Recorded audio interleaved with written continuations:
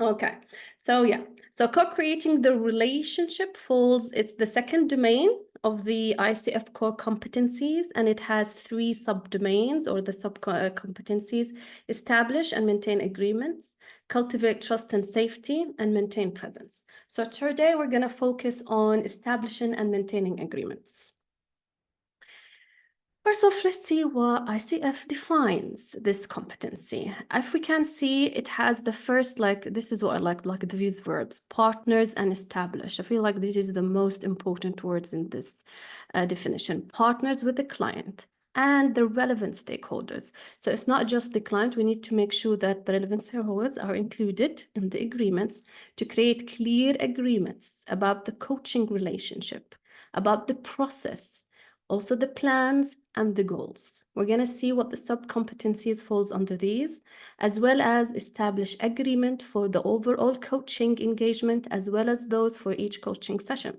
So always that for any coaching relationship, we'll have that umbrella, which is the agreement for the whole coaching sessions that we're going to take. And there is an agreement within each coaching session. And we're going to talk about all of that. So the essential element of this competency for coaches is just to establish and maintain for all these three levels. Let's see what are the three levels that we're going to talk about. The three levels of the agreement. This is, I'll let you know which reference I love using in these at the end of the session, because it's a lovely book that I would recommend anybody, especially Irene, you said you're going to do your exam. It's really good to take it.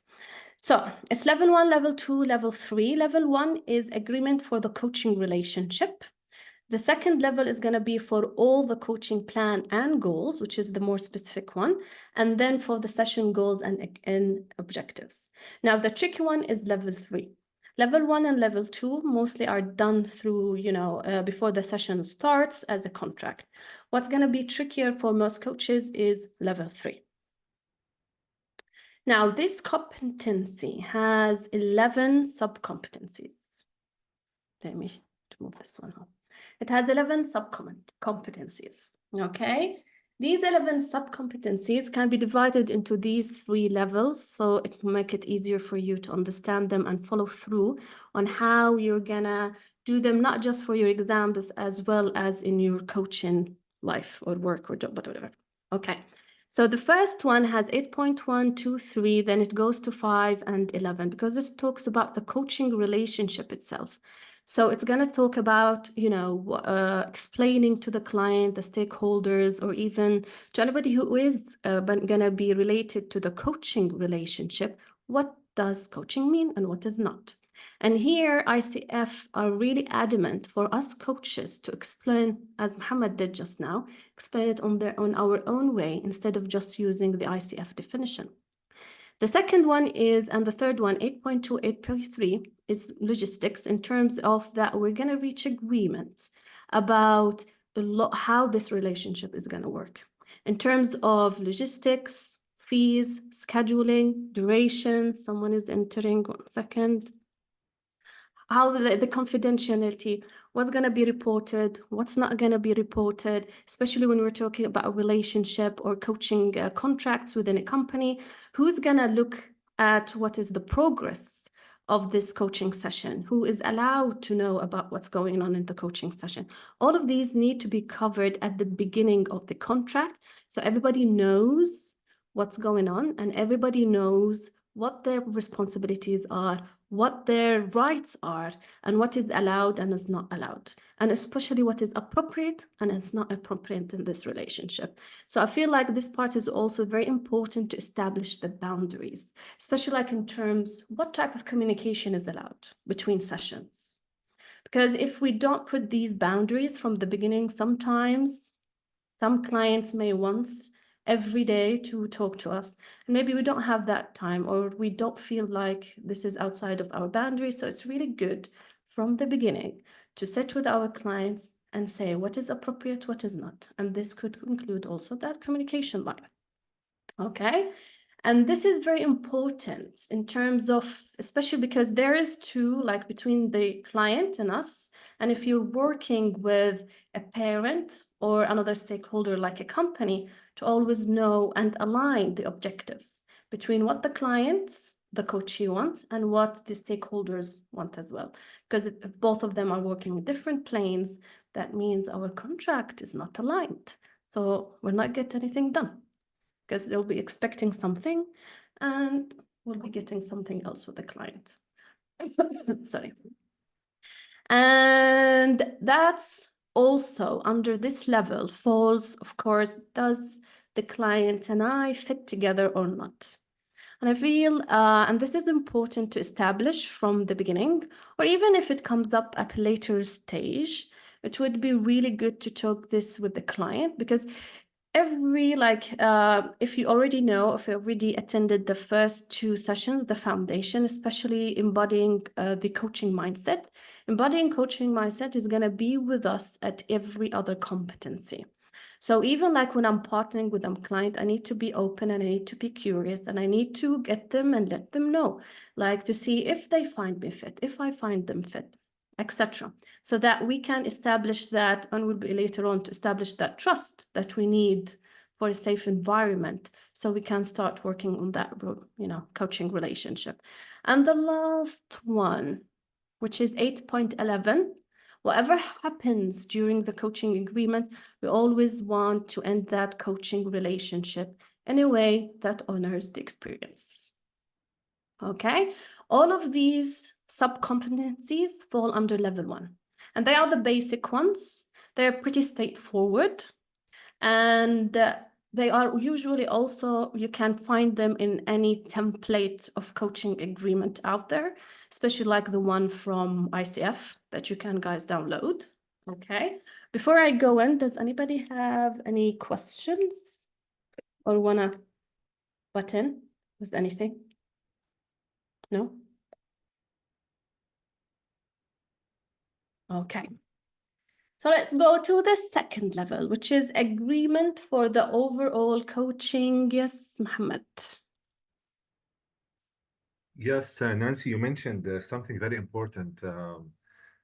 You mentioned something about the communication between the sessions. Yeah. Me personally, I sometimes I have challenges with such thing.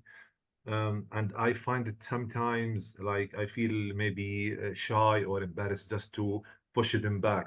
So I don't know if you have some recommendations, like from your experience, what do you recommend? I How? always put it in the agreement before the start of the coaching session, so I wouldn't feel that way later on.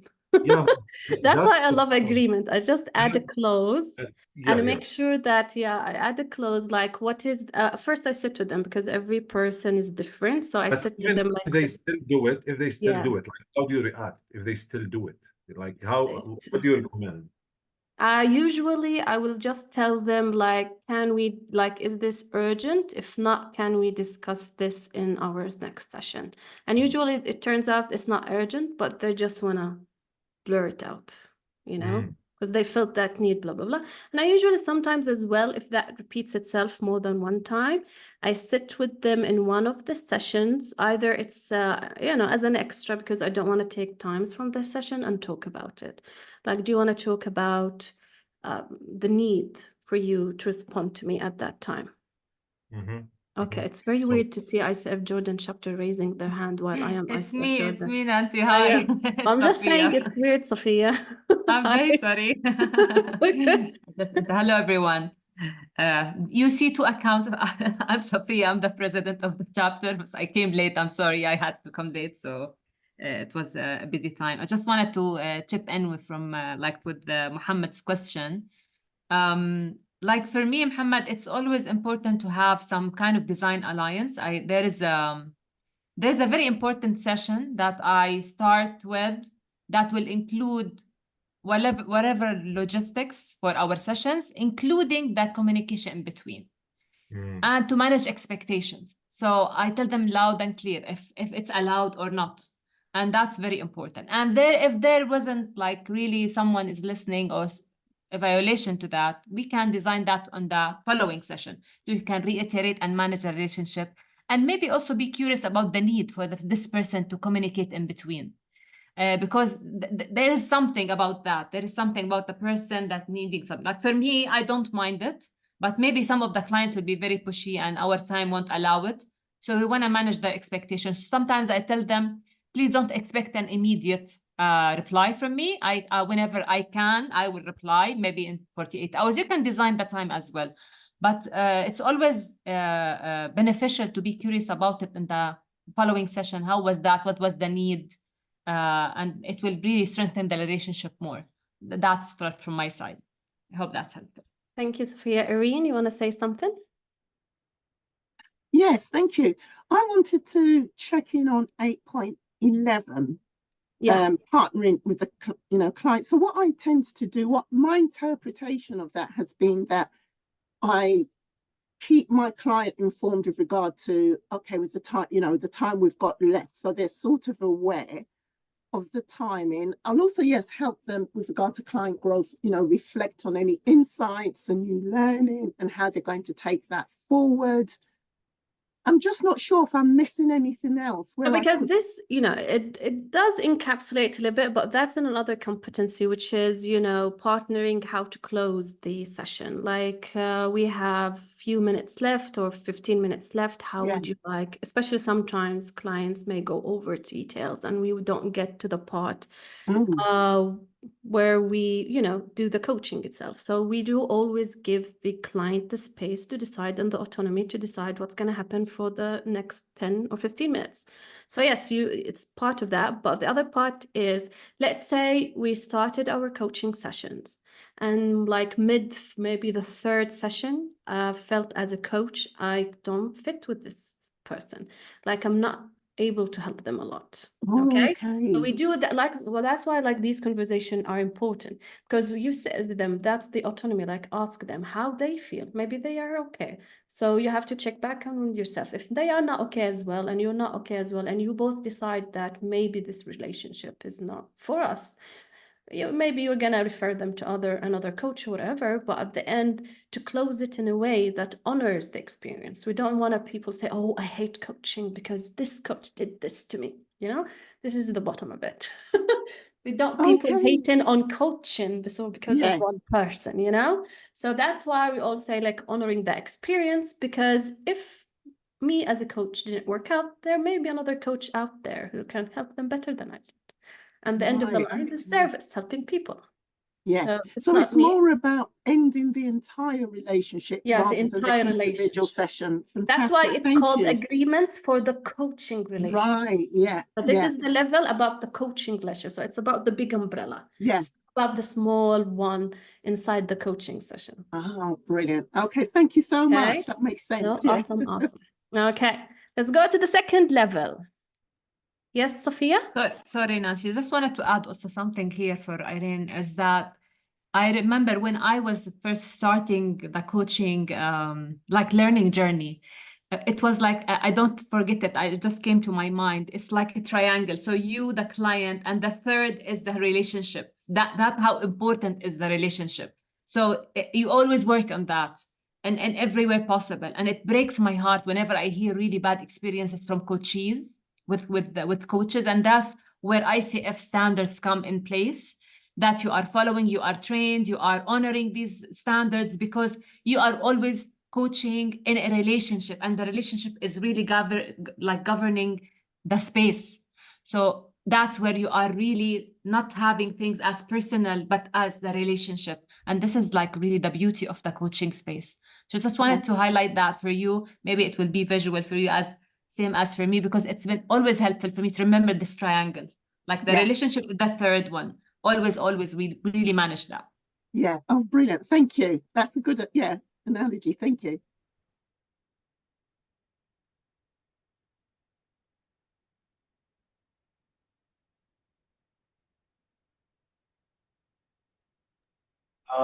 We can't hear you. Yeah, I thought it was just me. I can't hear. The sound's gone. I forgot that I muted my mic while Sophia was talking. Don't worry. So this one, agreement for the overall coaching plan and goals. It has only two sub-competencies that is directly connected to it, because mostly the goals and how you design the coaching session is going to be in competency number 8. So let's see from competency number 3 what falls under this one.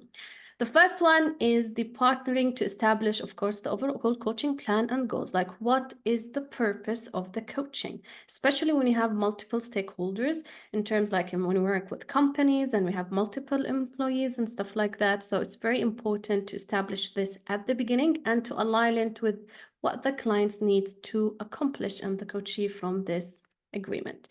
Again, because we need the alignment, okay? And we need to understand like why it's important, the importance or the significance. That will help us also for the client and the coachee to commit to the coaching relationship. The other second sub-competency, it is number 10, which is we're gonna find it in 2 places, in level 2 and level 3, because this is, we always, as coaches, things are gonna come up in the coaching session that may lead to change the overall coaching plan or goals, okay? So we need to be adaptive, and we need to be, here comes the other competency, like being a good listener, or being, or we having these open conversations with the stakeholders, with the client, so that whenever something come up and we feel that the direction of the client desired outcome are changing, then we need to go back to our contract and ask our clients and our stakeholders, is this where we're still going, or do we need to change? Okay, so again, it's very important, the client's own autonomy in all of these cases. Like, whatever you feel, it's okay, but ask the client first. Okay. Yes, Mohammed. Yes, Nancy. In case, as you mentioned, if they are changing the outcome, so are we going to write a new agreement, or how can we interact to such a thing? I write. I love everything written, so that nobody ever tells me why we changed or whatever. Because anyways, I feel like part of committing is writing and signing that paper, because it gives you part of that commitment and understanding why we're moving from this goal to that goal. Maybe they were, at the beginning, they were not very clear on what they really wanted. And in case of companies, maybe there was a new structuring, or there's a different plan, a strategy that the company is going through. Okay, so it's very important to understand these things. And I feel like when you let people write, they commit more anyways. And it's clear for both of you guys. And at the same time, nobody can tell you where you're. Like, I feel contracts are protection for the coach and for the client. It protects you, right? It protects the right and makes everything clear. Anybody ask any question? Let's go back to the contract. Did we say that? Oh, yes, we did. So you're right, I'm wrong, and vice versa. And whatever time, it also gives us to that, a base to start the conversation from. Like, this is because if we have not written it in the contract, and it's just we work on memory, it could be disturbed now when we recall it, okay? But when we have it written and we have our client, signed over it, when we go back to it, it's all very clear. This is the goals we were going to talk about. Now we are talking about these goals. Tell me more about it. What, just, do a little bit coaching. Like, is this the new focus? These are the new outcomes, the new goals? Okay, yes, let's do this. Okay. Sophia? Yes, Nancy, to all of what you shared. And what I want to add here is that what has been helpful for me and the way I was trained maybe is that we coach the person, we don't coach the topic. And I'm not attached to goals as a coach, because whenever the client comes at the beginning and we write these goals, it is really still the client, they're not in the awareness spot. And it's kind of like a passport, It's just like passport, and I'm gonna enter this country, and then you discover the whole world in this country. And then the person, it's like the awe that I see in the client's eyes at the end of our sessions. Like if we have a package of 5, 8, 9, 10, whatever, and we check in the middle about what they had in mind, because I have them write the goals, not as part of my agreements. The agreement is for the coaching and all of that. I have the goals in a separate document. It's really amazing to see them reflecting on wow, this is what I thought, but I needed more. And this is what was behind this goal. I wanted this, not wanted that. Love it. So it's Love it. nothing like for me, I don't feel that I need to protect myself. On the contrary, it's an evidence that they got an awareness level that Wow. is really surprising to them, to the Brilliant. way that they discovered how superficial they saw the whole thing, and there was something much, much more deeper behind the goal. So the school I come from is more about coaching the person rather than the topic. So it's a very important, though stressing on the importance of discovering the topic. I never pass through the session without having a topic. What's your topic for today? I never. But at the end, we remind them of the topic at the end of the session and say, okay, how did that relate to your topic? And it's like really only a doorway to a lot of amazing insights for the person. So that's just what I want to add to what you have said. This Thank you, so Sophia. But that's fall under level 3, not level 2. So let's go to level 3 and build up on what Sophia had said. It was your Level segue then. 3 Bravo. Level 3 agreements are what's going to show up inside the session that, as Sophia just said, may or may not follow what we've decided on the overall session. But usually, like especially if we work with companies and their stakeholders are involved, we need to make sure that we still go back between level 2 and level 3. Now, this is here where the coaching mastery comes in. It's in level 3 because sometimes the client comes with us in a big picture, like I want to lose weight. But as we go with the client through the conversation, we discover maybe it's not about losing weight. Maybe it's about having more energy to play with their kids, for example. Or maybe someone came with us in the session, started, okay, I want to have a healthier lifestyle. I want to sleep earlier. But as we go in and explore the topic more and talk about it and ask these powerful questions, it turns out that they have a problem with setting boundaries. So it's not actually about the sleeping earlier. They are not sleeping earlier because they are letting other people call them maybe at 11 p.m. So these questions that comes in are where the mastery of coaching comes in, and that's level 3. So that's why level 3 is a little bit trickier than the rest, because these two usually are written in a contract, and level 3 is where it's inside the coaching session itself. Now, we have 8.6, 7, 8, 9, and 10 under this competency. As you notice, 8.10 is repeated. It's in this one, level 2 and level 3. Because even when we are inside the coaching session, the client may come in and say, I want to talk about this, and they start talking about something. And after we do the exploration and clarity, we find that there is another focus that the client actually want to go with. And that's why we always have to be open and continue to coach in the direction that the client desires, not what we want to. Okay, so, and under these, like the most important one is always to see and address what they want to achieve, what they want to accomplish. We confirm that by asking, is this what is the focus? Especially sometimes they come up with multiple focus or multiple desires. So let's see which one they want to talk about the reconfirm or defining the measure of success. And maybe like when we start clarifying and talking a little about what actually meant, for example, if it turns out about boundaries and we started talking about that, to ask, okay, where they are at now when creating boundaries. So what if it compared to the beginning of the session, all the success criteria are being met. So the mastery comes in here. And that's why, as Sophia said, like asking at the beginning, what is the topic? It's not always going to lead us to what the client wants to do. But again, if a lot of coaches use that, so that's fine. Eventually, it's everybody or every person want to do their coaching session as the way they want it. But at the end of the line, it's important to create a conversation and ask powerful questions to create that clarity, so we can really know what they really, really want to accomplish from this session. Okay, and that's where the importance of coaching agreements comes in. The coaching agreement, of course, is I'm just gonna go through them real quick. This is what we said, that level 2 and level 1 are the basic one, level 3 that maintains the skill. Okay, So because it's going to be exploring what they truly want, takes time and shouldn't be rushed. This is very important because sometimes, especially beginners, coaches, they may rush into the, trying to find the focus instead of, letting the conversation flow as it should be, because they believe, oh, I need a topic and I need to coach around that topic, instead of coaching the client themselves. Okay, and of course, this may take time. So don't rush. That's the whole bit of this one.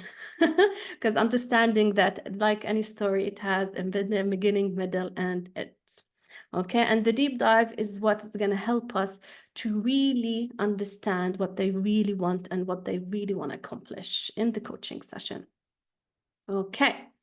So that's the gist of it. Don't rush the agreement process. The time invested pays off in the client's success and satisfaction. Because as in the example we just said, if they came in, they want a healthy life, but entered, they want actually to have boundaries. So coaching about healthy life is not going to benefit the client because that's the bigger story that is out there. But what they really want to accomplish inside the coaching session is boundaries. Okay. Oh, this is a bit from the book that I love to read about the ICF competencies. It says, having explored and understood what it is that the client wants to achieve out there, our role is then to explore what is the piece of work and the outcome from that piece of work that they'd like to accomplish in the coaching session. So out there, it could be, I want to get a promotion, I want to be more fit, I want to change my career, but inside the session, through exploration and clarity, we can gain what they really actually want. In this way, we not only know the out there goal, we also know the end goal here for the piece of work that we'll do together in this session. Anybody want to say something? Yes, Ruth? Sorry. Nancy, Assalamu alaikum. Hala. Alaikum salam. I am just wondering the name of this book at all. Do you have it? Yes, I'm gonna share it with you. Thank you.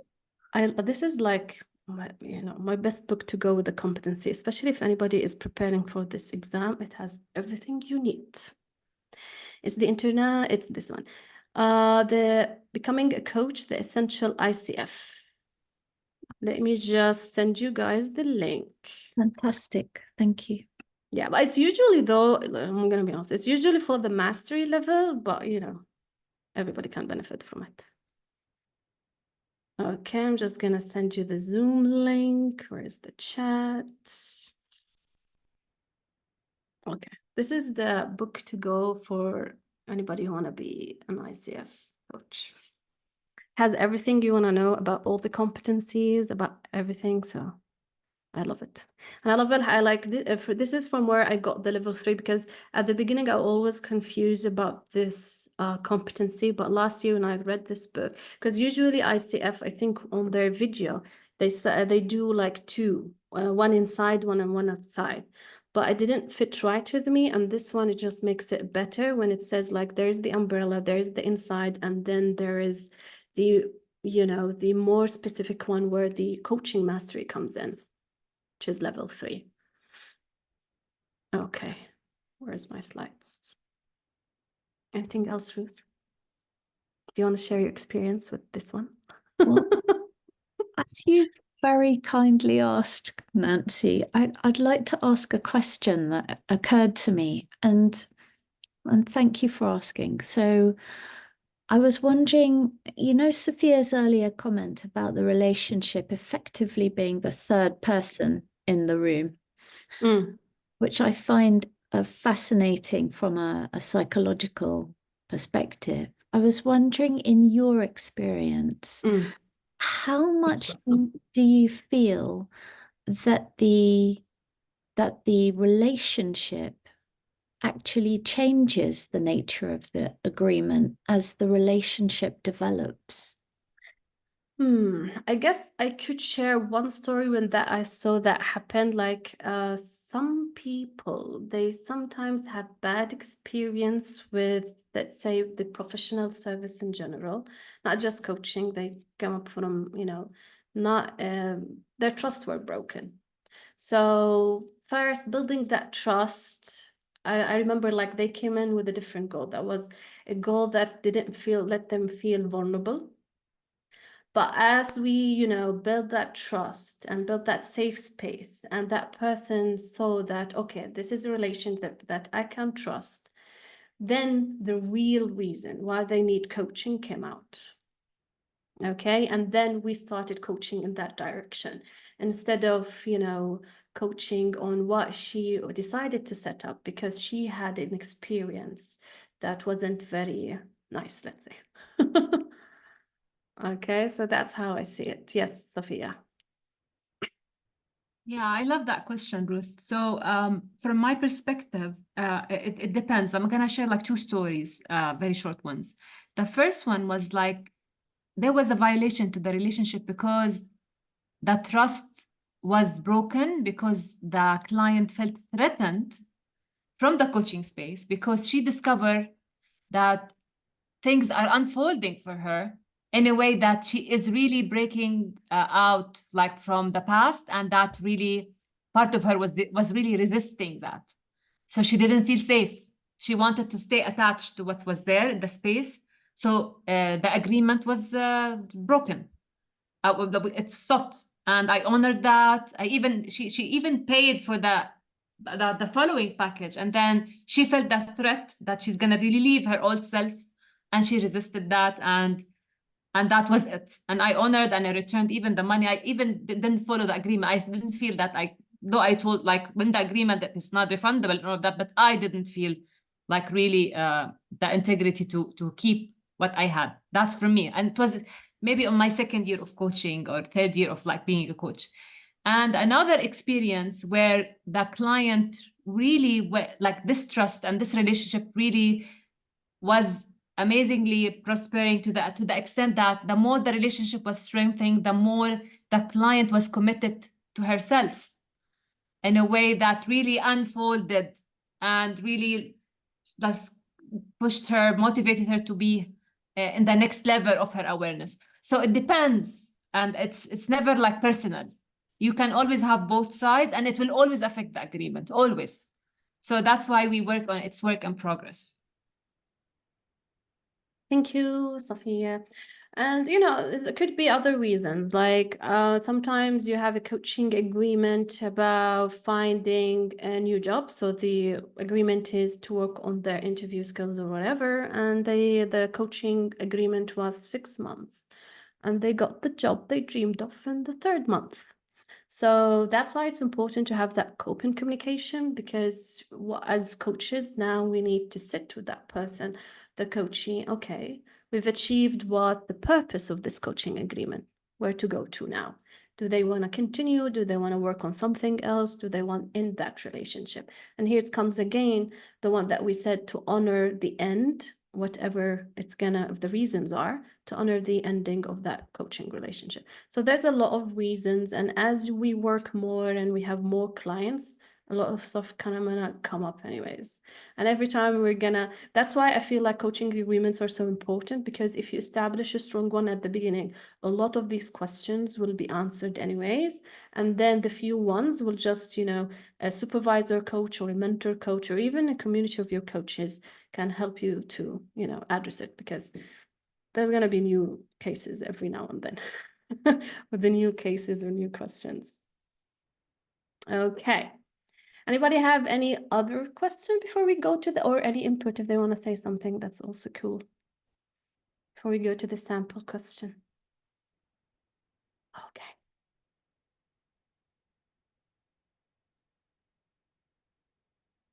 Okay. So question 3, this is, I don't know if I'm going to send you the link anyways at the end of this session where you can find these questions. But this question says, a client comes to a session appearing very stressed. When the coach asks what the client wants to talk about, the client frantically lists major events they are planning at work. A large family gathering they are organizing and caring for their aging parents. The client seems overwhelmed and the coach notices tears in the client's eyes. What the coach should do. Now, this is a direct One that is clearly talking about the agreements within the coaching session. Because here we have a client who came in with 3 major issues: planning, something at work, a large family gathering, and caring for their aging parents. So again, I'm going to stress about the importance of keeping the embodying coaching mindset with you every time. Whenever you try to answer any of ICF questions, because it comes in handy even when we're talking about other competencies. So what should the coach do? Now, first we're going to do what is the best question, or the best action, sorry. So we have A, B, C, D. If you can, please read it and try to answer in the chat box so we can see which one the answer is correct. Is it ask the client if they need to take a moment before starting the coaching session since they seem upset? Ask the client to share more about their aging parents. Acknowledge that the client has shared 3 significant challenges that they are facing and ask the client which one they would like to explore first. Ask the client to begin with the major event they are planning at work, since they mentioned it first. Okay, I'll just give you a few seconds to look it over and see A, B, C, or D is going to be the best action.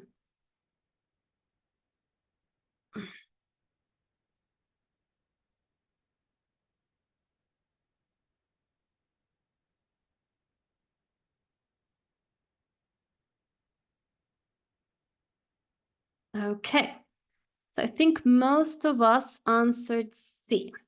Okay, and A, those are the top answers. Okay, so let's look at the first one. Ask the client if they need to take it a few moments before starting the coaching session since they seem upset. Now, why this is not the correct answer? Because this question is specifically made for the coaching agreement. And firstly, because this one, we jumped ahead and decided for the client what we're going to do. So we're staying away from the coaching mindset as well.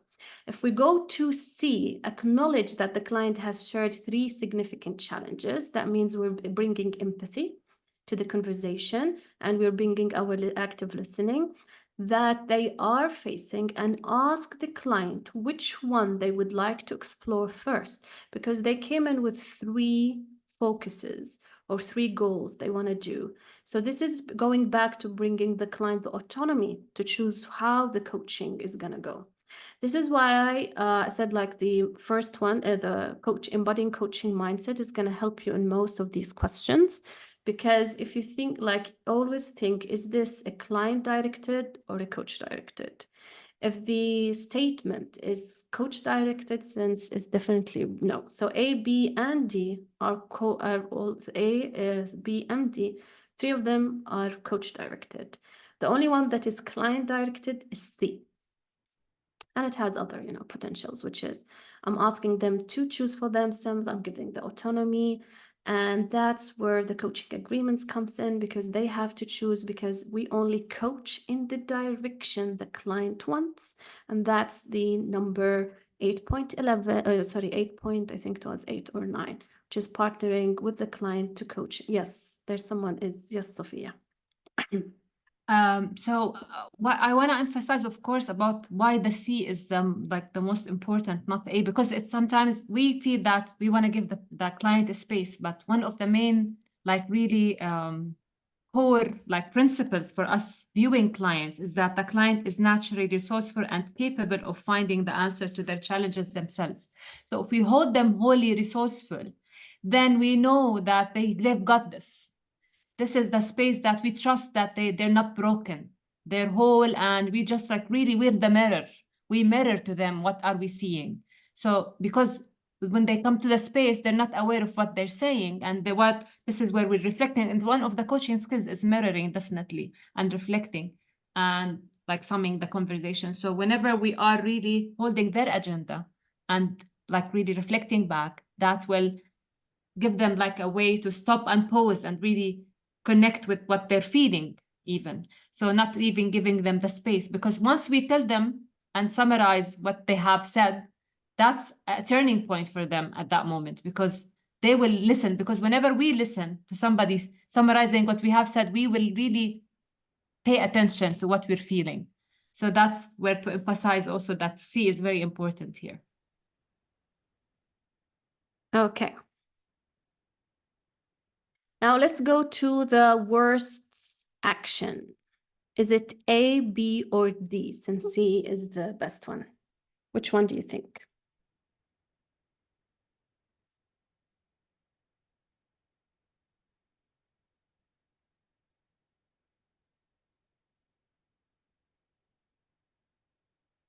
This is where it sometimes gets tricky in the exam. Like most people find the best answer to be easier than the worst one, because sometimes worst action, we need to bring on more competencies to decide which one is the worst. Of course, like sometimes the confidentiality would be the worst of the worst.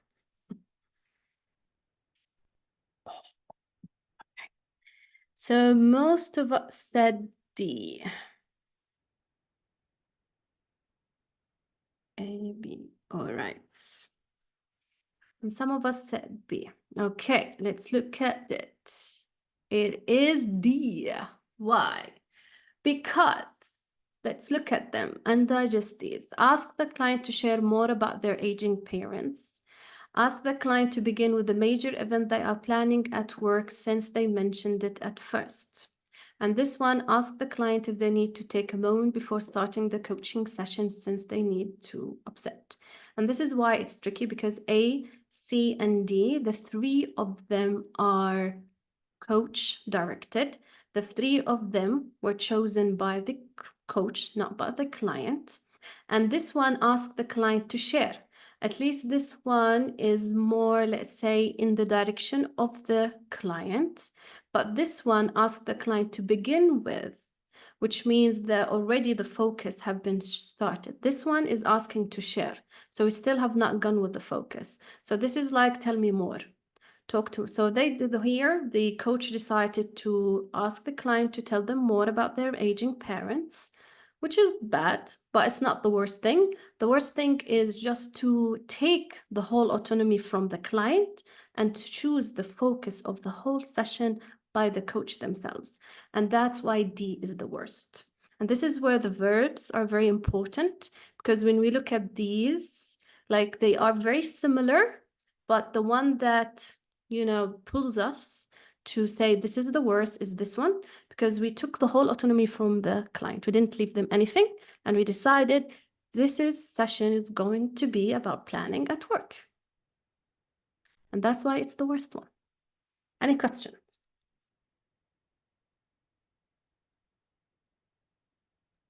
I would say it is, for me, B and D, they were close in the morale of it, Yeah, like both of they are them, because close. both of them, it like relates to elaborating on one of the topics that the client shared. And maybe the one with the aging parents, because the client, you know, got teary eyes, that I'm gonna connect with the feeling right now, and maybe that would be worse because I'm deciding on behalf, as you said, Nancy. So No, that's the thing. it's B, really not tricky. Yeah, that's the problem with these, or not, it's not going to see the problem, the challenge with the exam Yes. questions is that Yeah. sometimes they're going to be so close Yeah. that we're going to get confused a little bit. Yes, Irene? I mean, I don't know if I'm the only one who's yet to take my exam, but one of the things I've been looking at, you know, tips out there and videos, and one of the things I came across that I found really helpful is looking at the nuance, because it is very nuanced, which means you've got to really look at the detail. And so with A, B, and D, whilst they are all, you know, not the ideal and not the best answers, it's about the degree. And so with D, you've got that's coach directed, you know, with directing the client as to what they're going to be talking about, and then having assumed that because the client mentioned the work event first, so you've now got another layer on top. So you've got two layers there, whereas with the others, Yeah, it's like it's super coach directed. So it's layering, isn't it? Yeah, I feel like it's super. Yeah, Yeah. Because Whereas this is feels like it's you tell, okay, so you talked about this first. This is what we're gonna talk about this session. But at least in B, I'm asking them to share, but I've still not decided the focus. I'm still asking to share. I have not decided the focus. But here, as a coach, I've decided the focus, and that's the difference. That's it. It's not big, so especially if it's your English is the second language. Of course, it's gonna. Sometimes, like at the beginning when I studied this, yeah, it was like, why share, begin, what's the difference? But then when you start reading more and more about it, and you notice these little differences, you say, oh, okay, so, but sometimes even like other questions, like as you said, when you study, you're gonna go to all websites, and some of them you find a lot of like people would argue, no, this is the right one, this is, and everyone has a valid reasoning, and you end up confused which one is the worst answer. Like that happened with me a lot. Like we'd go and they would debate and I would be confused. Yeah, I'm not sure which one. Because both of them are giving valid reasoning. I think the keywords here is really tricky. Like when you practice and highlight like the keywords and know the reason why this was chosen, I think getting to used to the keywords will help eventually. Yeah. That's true. Like I wish there is more sample questions, but the only ones that ICF brought to the world are only 8, which was 1 for each competency. But as you see, I felt like the embodying coaching mindset, the foundation to both of them, and the one with the ethics, both of them, you'll find them come up in every question you may need them. So it's not like memorizing each competency, it's understanding the whole competency, how they work together, so you could answer the best and the worst action. And I also believe, Nancy, that like the experience as a coach is really something that will really intuitively lead you to the right answer. So the more experience you have with clients, you will like, and that's where the levels come in. Like whenever you're applying on an ACC level, you have like only finished 100. Makes sense to have some but kind of that's like the thing. answers. This exam is for ACC and PCC, so it does not distinguish between 500 and 100. So as ACC people out there, you have to work harder. Nancy, it's not It's not about distinguishing. I'm not like saying that here, but whenever I am on the ACC level now, and like going towards the PCC, now I feel the difference now because I'm close to the PCC. My view of answering and viewing the answers, they're different because not because I am becoming an Einstein or something. No, it's because I am practicing more. True. Like really, I'm practicing and getting experience from the clients and working with them, and that will enhance my expertise as a coach. And this is where my answers will be here judged when they assess my answers and get me to the level, like ACC or PCC or MCC. Yes, 100% true.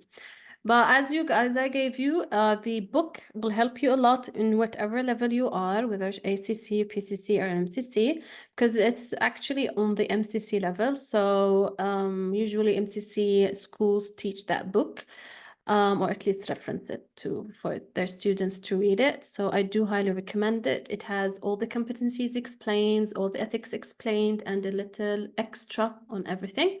And it's fun to read. So please do so. Okay, and with this, we have ended our lovely stop sharing. ICF number 3. Hopefully it was useful. And thank you for everybody who came in. It was lovely meeting you all. Yes, Mohammed. Question. I have a question, please. Just like very quickly. Like I'm curious to hear from you, Nancy, and from everyone. Like when a client say, I don't know, like I have nothing to share today. How do you respond as a professional coaches? I'm very curious to hear it from you, from everyone actually. So this is my question. Thank you. For me, I would stay silent. They end up saying something. That's the power of silence and pause. It helps a lot. And sometimes asking, tell me more about, I don't know. And they start talking. Sometimes these works. Anybody has any other tips? Yeah, I love what you shared, Nancy. Yeah, I use that too. And I also tell them, so what if you know, what would that be? Like pretend that you know, what will come up for you? That's one thing. Another thing, and this is something I'm learning after I got my level 1 training for the internal family system, viewing, if you have heard of it, like viewing the system of human being, the inner world as parts. So I really hear another energy coming in, which is a part saying, I don't know, interfering in the conversation. And I ask the client, okay, so this part of you that doesn't know, can they tell us more? Which is the same as Nancy said now. Tell me more about what I don't know. It's like talking to this part that is saying, I don't know, is interfering in the conversation. So an interesting conversation when you view this like in terms of parts, because it's not like one aspect, it's so many different aspects in the space. Awesome. Thank you. Anybody else know how to deal with I don't know? No. It's lovely. I love when they say don't know. Yes, Ruth. Thank you. I work with clients a lot who have ADHD, so they're kind of right. I'm an ADHD coach. Hi. Hi. I'm Mabruk, and also it's That's lovely. okay. So, but I often find that they are in a state of overwhelm when they get to me, and that I don't know expresses something of this overwhelm. So it's almost like the language is distracting because it's not really I don't know. It's having everything and not being able to sort of choose a path forward. So yeah. Sometimes it's just defensive. Like, I don't know, So that's why silence sometimes, bring what's under there. And especially what finds is like this is what comes as important to realize how they are acting, their body language. So when they say I don't know, what they're doing, how they're feeling, sometimes if you address that, it would tell you what that I don't know mean.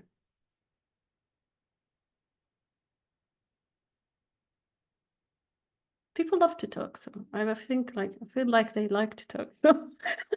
Just give them space. Eventually they tell what that I don't know is. But that helped from Muhammad. Okay.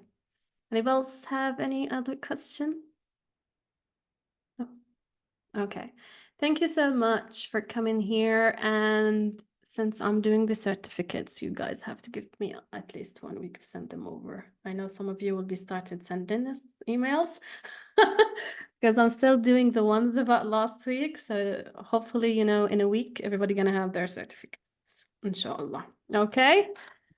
Thank you. And it was lovely. Nancy, thank you so much. It was really